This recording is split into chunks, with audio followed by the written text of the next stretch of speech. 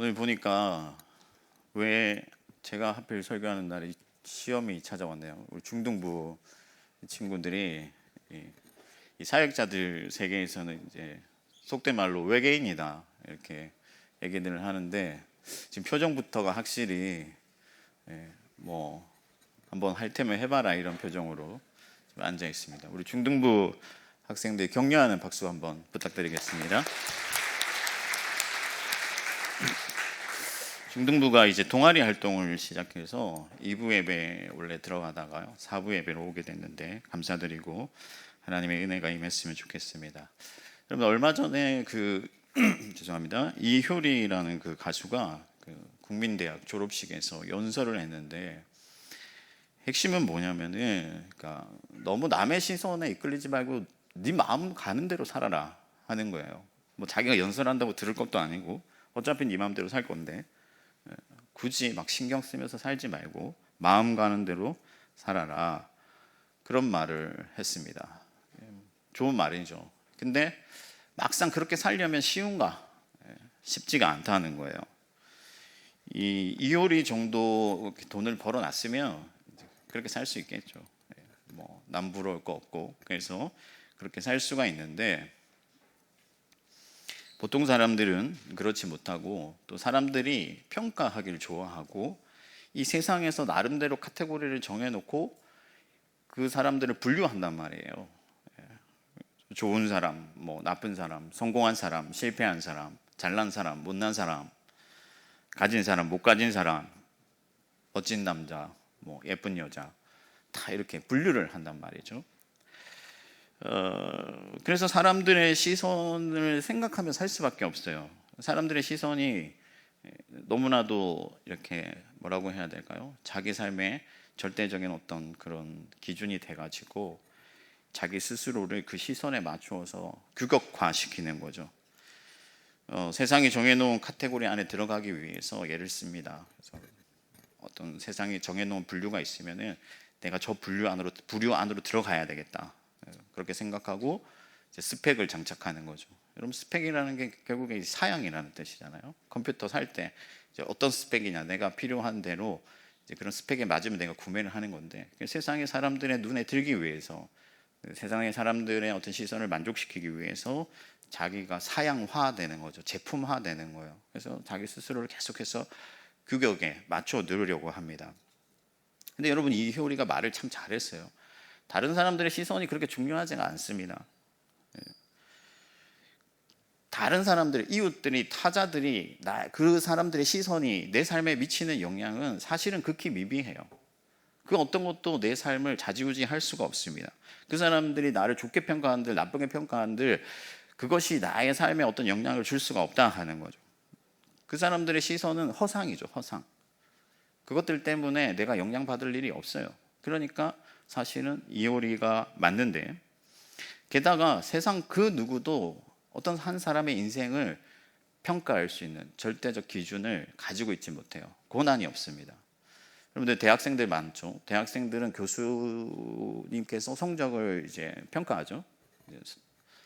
교수에게 고난을 준 거예요. 평가할 수 있는 고난을 준 거고, 그 교수님이 A, B, C 매길 수가 있습니다. 근데 세상 어떤 사람도 어떤 인생에 대해서 평가할 수 있는 고난을 받은 일이 없다 하는 거예요. 그 누구도 여러분들의 인생을 A다, B다, C다 평가할 수가 없고, 그 사람의 기준이 여러분들의 인생에 있어서 절대적 기준이 될 수가 없다 하는 것이죠. 그래서 어떻게 보면 이효리의 말이 맞는데, 그런데 우리가 단 한 분의 우리가 신경을 써야 할 시선이 있어요. 평가가 있습니다. 그게 누구겠습니까? 바로 우리 하나님이시죠. 하나님은 평가하십니다. 절대적인 기준이 되시는 거예요.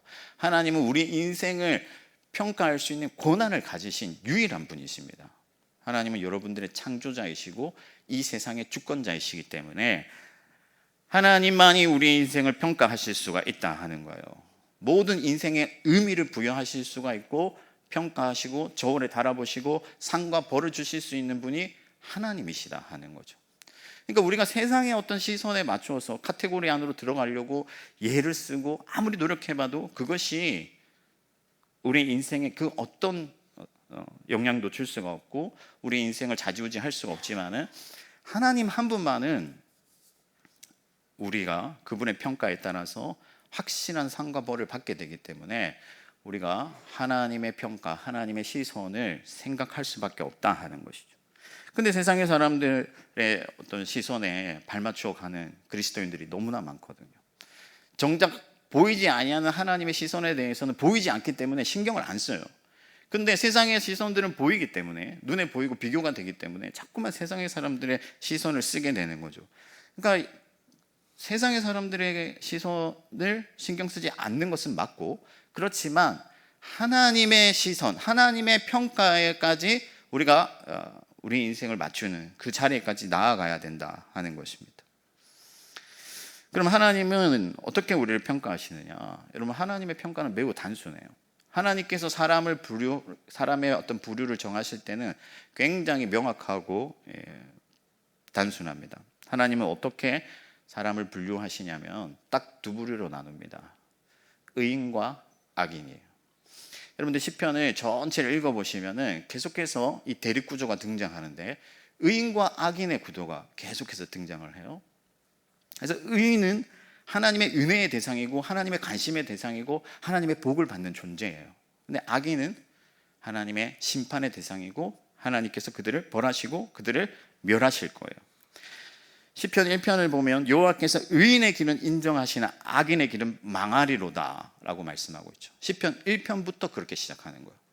그래서 하나님의 평가는 두 부류로 나누고 의인과 악인으로 대조된다 하는 것이죠. 하나님께서 그렇게 설정하셨기 때문에 굉장히 모 아니면 도예요. 심플하고 명확합니다.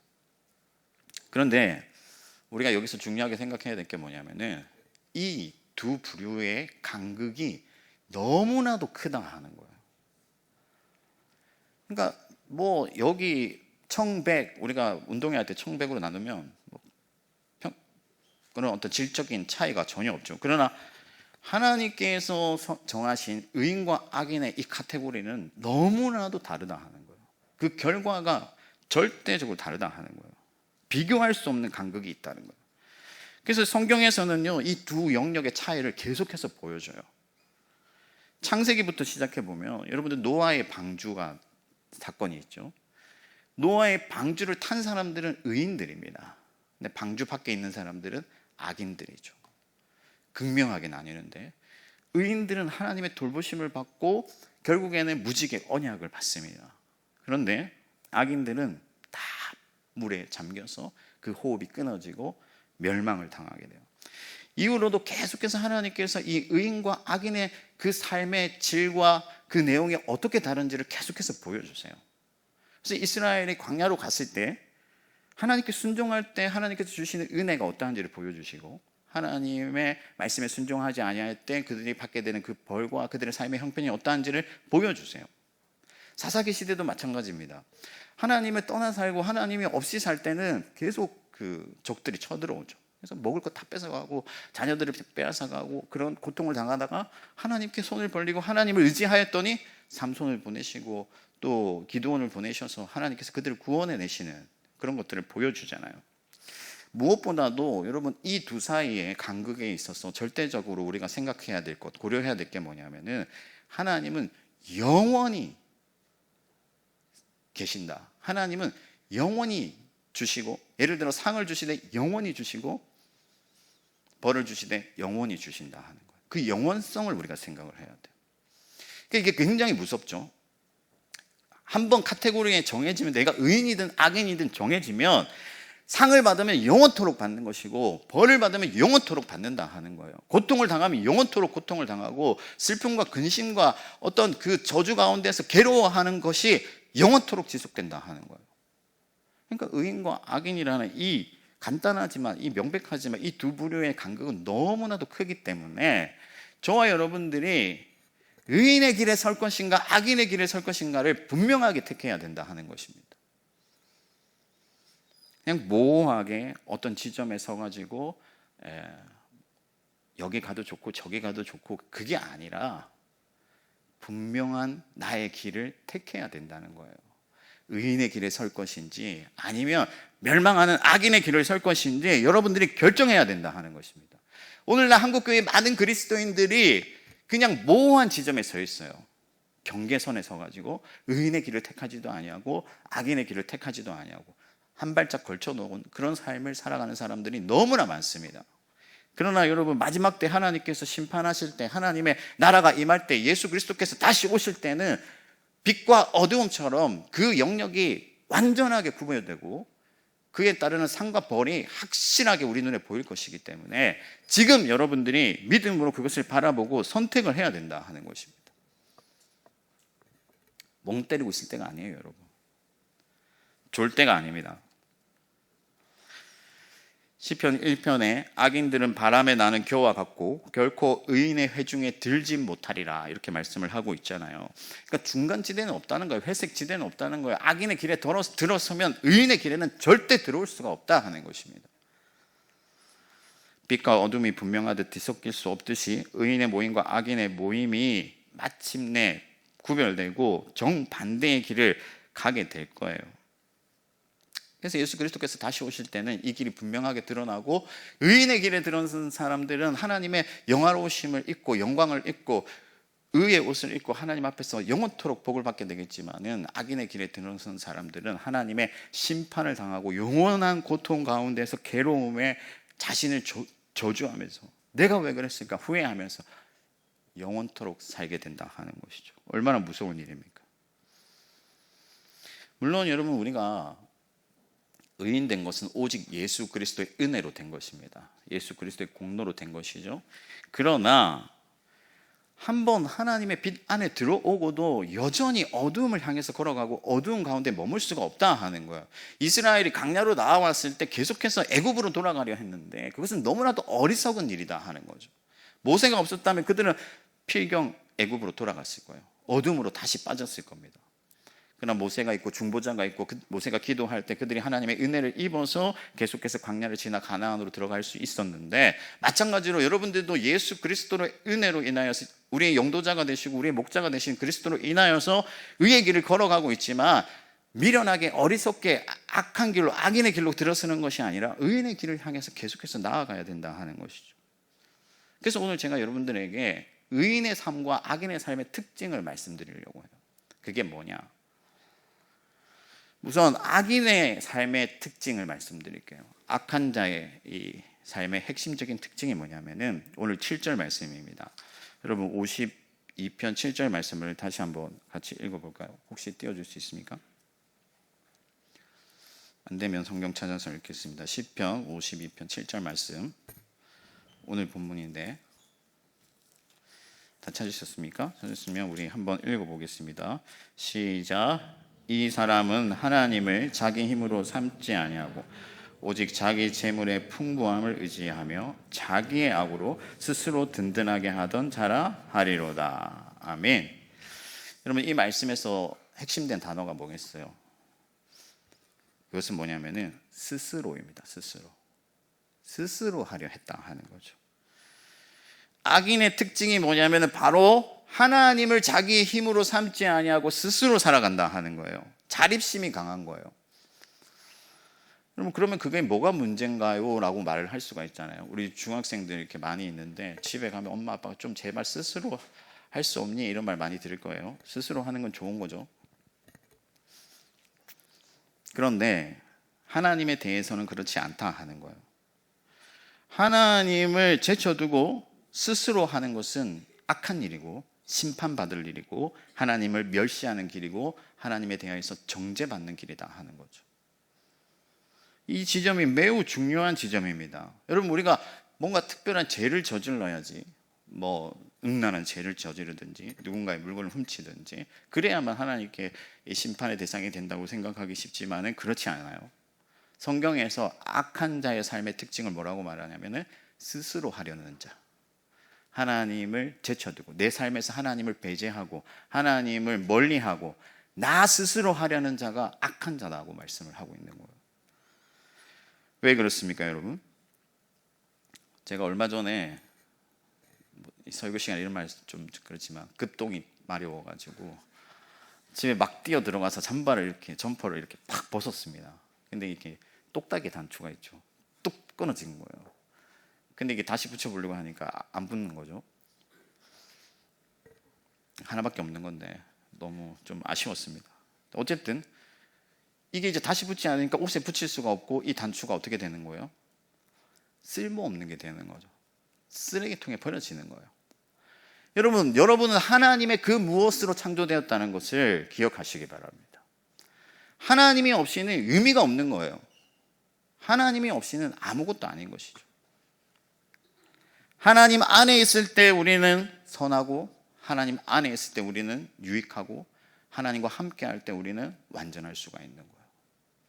하나님과 분리되어서, 하나님과 떨어져서, 하나님으로부터 단절되어서는 그저 길가에 버려지는 쓰레기와 같은 의미 없는 존재가 될 뿐이다 하는 겁니다.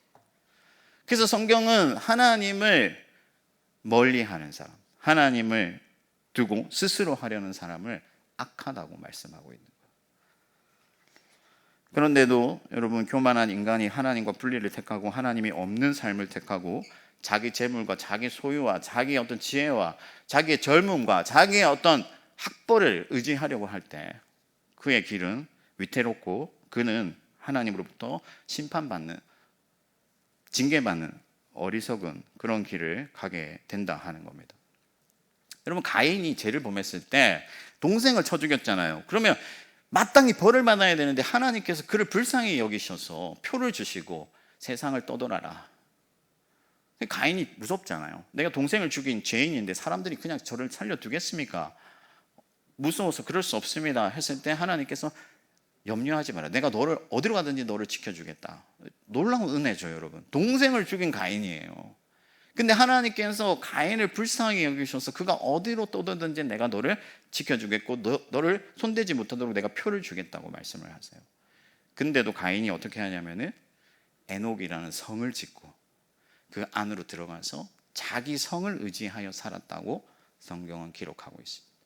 그게 악한 거예요.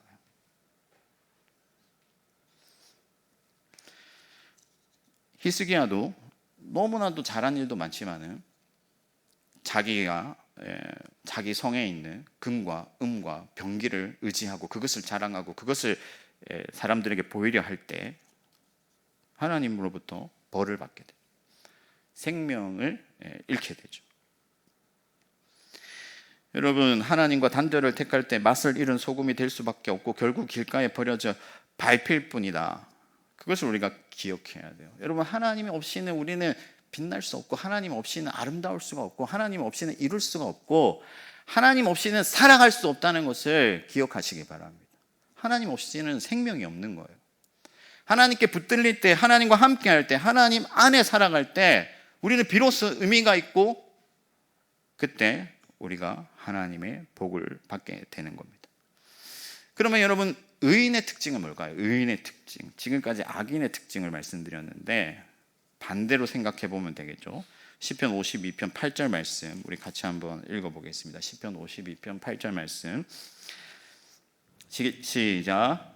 그러나 나는 하나님의 집에 있는 푸른 감람나무 같으며 하나님의 인자심을 영원히 의지하리로다. 아멘. 의인의 특징이 뭐냐? 영원히 의지하리로다. 하나님을 의지하는 거다 하는 거예요. 하나님 의존적인 삶을 사는 거예요. 하나님께로 돌아가서 하나님을 자기의 힘으로 삼고 하나님을 자기 인생의 이유로 삼고 자기의 지혜로 삼고 자기의 능력으로 삼고 자기의 통장 잔고로 삼고 하나님을 자기의 모든 것으로 삼는 사람, 그 사람이 바로 의인이다 하는 거예요. 어떤 사람들은 신세 지기를 싫어합니다. 신세 지는 거 싫어하는 성격이 있어요. 저희 집사람도 그렇습니다. 그래서 뭐 누구한테 우리 애들 좀 보라고 맡기자 이러면 절대 싫어합니다. 신세 지는 거 싫어요. 근데 여러분, 어떤 사람들은 하나님께도 그런 신세 지는 것을 싫어하는 사람들이 있어요. 여러분, 그렇지 않습니다. 하나님이 살아가는 이유가 될 때, 하나님이 우리의 능력이 될 때 비로소 우리는 완전합니다. 여기에 다른 종교와 기독교의 결정적 차이가 있는 거예요. 여러분, 절에 가면요, 승불 하십시오 하잖아요. 승불 하십시오 이렇게. 스스로 부처가 돼야 돼요. 덕을 쌓아야 됩니다. 근데 여러분, 성경은 그렇게 말하지 않습니다. 하나님을 의지하라고. 오직 예수 그리스도의 공로로 구원을 받고 하나님의 능력으로 우리가 영생에 이른다고 말씀하고 있는 거예요. 여기에서 결정적 차이가 있는 거예요. 여러분들이 그 지독한 외로움과 그 벗어날 수 없는 근심의 그 굴레에서 벗어나기 위해서는 세상에서는 스스로 덕을 쌓고 스스로 수양하고 스스로 노력하라고 말하지만, 하나님은 나에게로 오라고 말씀하시는 거죠. 내가 너를 쉬게 하겠다고 말씀하는 거예요. 그것이 세상 종교와 기독교의 결정적 차이다 하는 거예요. 저희 막내딸이 지금은 별로 그렇게 하지 않는데, 어릴 때 이 돌려서 따는 거 있죠. 그래서 뽀로로 같은 거, 그거 혼자서 못 따요. 가져옵니다. 아빠 이거 따줘 이러면은 그냥 돌려 따면 되는데, 너무 이쁘니까 내가 따줄게 이러면서 영차 이러면서 힘줘서 따줘요. 왜 그렇습니까? 너무 이쁘니까. 근데 우리가, 여러분, 하나님이 볼 때는 그런 어린 막내딸 같은 거예요. 우리는요, 힘이 없고 연약해요. 하나님이 우리의 힘이 되어 주셔야 됩니다. 그래서 우리가 더 잘 사는 길, 더 복 받는 길, 더 은혜로 들어가는 길은 절대적으로 하나님을 의지하는 길밖에 없어요. 확실히 신세지고 확실히 의존하는 겁니다. 숨 쉬는 것조차도 하나님께 맡겨드릴 때 여러분들의 인생은 빛나고 복을 받는 거예요. 할렐루야. 여러분, 하나님을 가까이 함이 복이라는 말씀을 기억하시기 바랍니다. 범사의 모든 일을 하나님께 맡겨드리십시오. 그러면 어떤 사람들은 하나님을 오해해가지고, 그럼 저는 아무것도 안 하면 되겠네요. 하나님이 다 하실 거니까 제 인생을 하나님께 맡겨드리겠습니다. 어떤 사람들, 심지어 목사들 중에서도 하나님이 하신다 하면서 아무것도 안 하려고 하는 사람들이 있어요. 여러분, 그렇지 않습니다. 하나님이 100% 일하시고 우리도 100% 일하는 거예요. 내가 하는 일이 곧 하나님의 일이 되게끔 하는 거예요. 성실히 공부하고 열심히 살아가는데 그것이 하나님의 일이 되게끔 하는 거예요. 하나님께 모든 나의 공부하는 것, 나의 모든 숨 쉬는 것조차도 하나님께 맡겨드리고 의지하고 하나님이 하실 것을 기대하는 거예요. 그때 비로소 하나님이 내 삶 속에 들어오셔서 나와 하나가 되어주시고 내가 하는 모든 일들이 하나님의 일이 되게 해주시는 거예요. 아멘이십니까? 오해하지 말아야 돼요. 여러분, 하나님과 모든 일에 함께 하십시오. 하나님보다 앞서가지 말고 하나님을 빼고 가지 마세요. 예배 자리에 나왔다고 하나님과 동행하는 것이 아니죠, 여러분. 여러분, 우리 요한 청년들 결혼하게 될 때도 하나님과 함께 하십시오. 셋이 하는 거예요. 둘만의 결혼이 아닙니다. 여러분들의 결혼에, 여러분들의 그 관계, 결혼의 언약의 관계 안으로 하나님을 초청하셔야 돼요. 여러분들의 가정을 하나님께 맡겨드리고 하나님이라는 반석 위에 가정을 얹어야 돼요. 그렇게 하나님만이 나의 힘이 되심을, 나의 인생의 주가 되심을, 하나님만이 나를 살게 하시는 분이심을 믿으며 나아갈 때 모든 하나님의 은총이 여러분들과 함께 할 줄 믿습니다. 여러분, 그러려면 우리가 어떻게 해야 되냐면요, 가장 먼저 믿음을 발동해야 돼요. 계속해서 믿음으로 나아가야 됩니다. 하나님을 믿어야 돼요, 여러분. 우리가 부모님을 믿듯이 하나님을 믿어야 돼요. 어떤 사람이 절벽에 떨어졌어요. 절벽에 떨어졌는데 나뭇가지를 붙들었습니다. 겨우 매달렸어요. 그래서 하나님, 저를 살려주세요. 제발 살려주세요. 하나님, 저 좀 살려주십시오. 이렇게 기도하는데 하나님이 짠 나타나셔가지고 그 손을 놓아라. 그 손을 놓아라. 하나님, 이거 놓으면 저 죽을 수 있는데 못 놓겠습니다. 그 손을 놓아라. 내가 너를 살리겠다 하시는데 이 사람이 결국에는 하나님 말고 다른 사람 없어요. 그렇게 하는 거예요. 우리가 농담으로 하는 얘기지만 여러분, 이 손을 놓는 믿음이 있으면 하나님이 여러분들을 날게 하실 건데, 부상하게 하실 건데, 하나님이 여러분들의 삶을 떠받칠 건데, 우리가 그것을 놓지 못하기 때문에 마치 내 생명줄 같이 보이는 이 초라한 나뭇가지 하나를 놓지 못하기 때문에 하나님을 믿지 못하고 계속해서 그 나뭇가지를 붙들고 전전긍긍하면서 살아가는 거예요. 근데 이 손을 놓고 하나님을 믿는 믿음으로 나아가면 하나님이 여러분들의 인생을 떠받쳐 주신다. 또 하나 여러분, 그러므로 여러분들 날마다 말씀 가운데 나오셔야 돼요. 오늘 여러분들 주일 예배 잘 나오셨습니다. 이 말씀을 통해서, 이 예배를 통해서 믿음을 발동시켜야 돼요. 여러분들의 인생에서. 그렇지 아니하면 여러분 하나님의 복을 받을 수가 없습니다. 그리고 또 하나 중요한 게 있는데 그것이 뭐냐면요, 시선 처리예요. 시선 처리. 세상의 시선으로 나를 바라보지 아니하고 하나님의 시선으로 나를 바라보는 거예요. 하나님께서 나를 어떻게 바라보시는 거예요? 여러분들 시편을 많이 묵상하십시오. 시편에 보면은 의인이라는 구절이 등장하면 그 의인이라는 구절이 나를 향한 말씀이라고 생각하십니다. 그것이 하나님의 시선입니다. 그리고 나서 마지막 단계가 뭐냐면요, 자기 힘을 빼는 거예요. 자기 힘을 빼는 거. 바울이 공부를 많이 한 사람, 하버드 같은 유명한 대학을 나왔고 바울이 굉장히 공부를 많이 한 사람인데 또 로마 시민권자잖아요.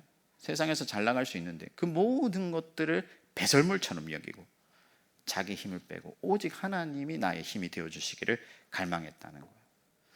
여러분, 탁구 선수 중에 양영자라는 그 선교사님이 계신데 이 금메달리스트예요. 근데 이분이 이제 선교를 떠나시려고 몽골 선교를 지러 가는데 연금이 나오잖아요. 금메달리스트니까 금메달 여러 개 땄습니다. 그래서 연금이 좀 되는데, 그래서 선교 주변에서 그런 얘기를 하는 거예요. 그래도 몽골까지 가는데 걱정을 많이 했는데 그래도 연금이 나오니까 좋다, 괜찮다, 연금이 있으니까 버틸만 하겠다, 이런 얘기를 자꾸 하는 거죠. 그러니까 이 선교사님이 내가 선교지로 가서 하나님이 아니라 연금을 의지하며 살겠구나, 그런 생각이 들어서 그 모든 연금을 시골에 있는 목사님 그 앞으로 돌려놓고 자기는 그 연금을 포기하고 선교지로 간 거예요.